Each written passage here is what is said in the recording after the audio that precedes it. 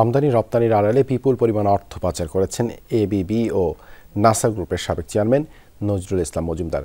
ধর্মীয় লেবাস নিয়ে চলাফেরা করলেও জালিয়াতির সম্ভাব্য সব পন্থাই তিনি ব্যবহার করেছেন বলে ধারণা আর্থিক গোয়েন্দা ইউনিট বিএফআইইউ এর। কোনো ক্ষেত্রে আমদানি মূল্য দেখিয়েছেন অনেক বেশি, কোনো ক্ষেত্রে অনেক কম, আবার রপ্তানি দেখালেও টাকা আনেননি দেশে। ব্যক্তিগত প্রভাবে করা এসব অপরাধের শাস্তি হওয়া জরুরি বলে মনে করেন বিশ্লেষকরা। নাসার গ্রুপের সাবেক চেয়ারম্যান নজরুল ইসলাম মজুমদারের অর্থ পাচার ও ঋণ অনিয়ম নিয়ে ধারাবাহিক প্রতিবেদনের প্রথম পর্ব বিস্তারিত আলমগীর হোসেনের রিপোর্টে। আপনাদের ভালোবাসায় ডিপ্লোমা এখন দেশের 1 নম্বর full cream milk powder brand. কমলাটা আসে সাউথ আফ্রিকা থেকে।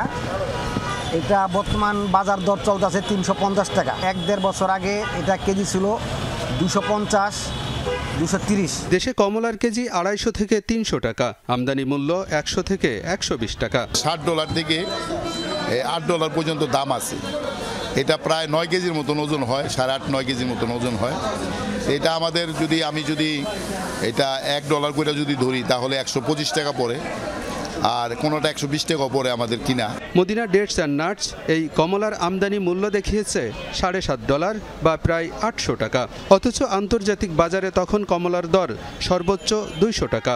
এটির মালিক নজরুল ইসলাম মজুমদারের জামাতা মোজাম্মেল হোসেন। প্রতিষ্ঠানটি দক্ষিণ আফ্রিকা থেকে 32,000 কেজি কমলার আমদানি মূল্য দেখায় $2,40,000। অস্বাভাবিক দাম দেখিয়ে পাচার করা হয়েছে অর্থ, সন্দেহ বিএফআইইউ এর। নজরুল ইসলাম মজুমদারের জামাতার প্রতিষ্ঠান মদিনা ডেটসের বিক্রয় কেন্দ্র আছে, কিন্তু ট্রেড লাইসেন্সে দেয়া ঠিকানাই নেই প্রধান কার্যালয়। এ বিষয়ে নাসা গ্রুপের প্রধান কার্যালয়ে যোগাযোগের চেষ্টা করেও সাড়া পাওয়া যায়নি। আমি যে ওভার ইনভয়েসিং করি ইন কেস অফ ইম্পোর্ট, তার মানে আমি ট্যাক্স ফাঁকি দেওয়ার জন্য একটা করি আর কিছু টাকা ওখানে অন্যভাবে পাঠানোর জন্য করি। আমার বক্তব্যটা হচ্ছে নিয়মের বাইরে যেই টাকাটা যাবে অথবা আসবে, এটাই মানি লন্ডারিং। এইটাও কিন্তু বিরাট ক্রিমিনাল অফেন্স। এগুলি সত্যি বার করা দরকার, ইনভেস্টিগেশন হওয়া দরকার, এবং সেটা দেশের আইনের মধ্যে যেটা আছে সেইভাবে বিচারও করা দরকার। খেজুর আমদানিতে ঘটানো হয় কমলার উল্টো ঘটনা। Madina dates and nuts Dubai ভিত্তিক কোম্পানি থেকে খেজুর আমদানি করে $3,13,000, প্রতি কেজি $0.50 বা 50 থেকে 60 টাকা, অথচ তখন আন্তর্জাতিক বাজারে খেজুরের দাম 200 টাকার বেশি। কোনটা 500 টাকা কিনা পড়ে, কোনটা 600 টাকা কিনা পড়ে, কোনটা 400 টাকা কিনা পড়ে, কোনটা 300 টাকা কিনা পড়ে। এটা কোয়ালিটির উপরে ভেরি করে। একই ধরনের অনিয়ম করে নাসা গ্রুপের ফ্লামিঙ্গো।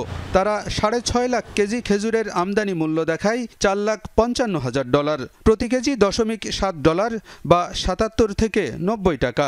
দাম কম দেখিয়ে বাকি টাকা পাঠানো হয়ে থাকতে পারে হুন্ডিতে। ফ্ল্যামিঙ্গোর মোট ঋণপত্র ছিল 13টি, দাম দেখানো হয় $35 লাখ।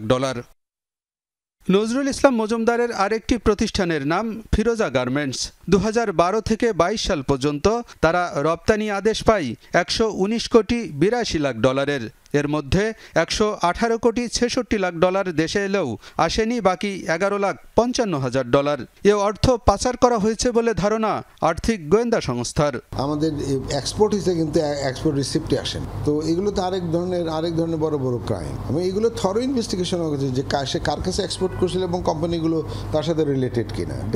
দেখবেন যে প্রত্যেকটা কোম্পানি তাদের সাথে রিলেটেড। এগুলো তো সম্ভব না।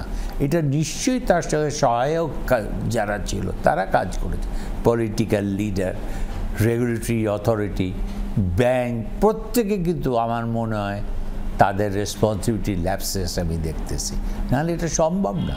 বিএফআইইউ রিপোর্টে বলা হয়েছে, ফিরোজা গার্মেন্টস যে পণ্য $17 বেশি দরে রপ্তানি করেছিল, মাত্র 4 মাস পর একই পণ্য একই কোম্পানির কাছে রপ্তানি করেছে মাত্র $6 দরে, যা সন্দেহজনক। আলমগীর হোসেন, যমুনা নিউজ, ঢাকা।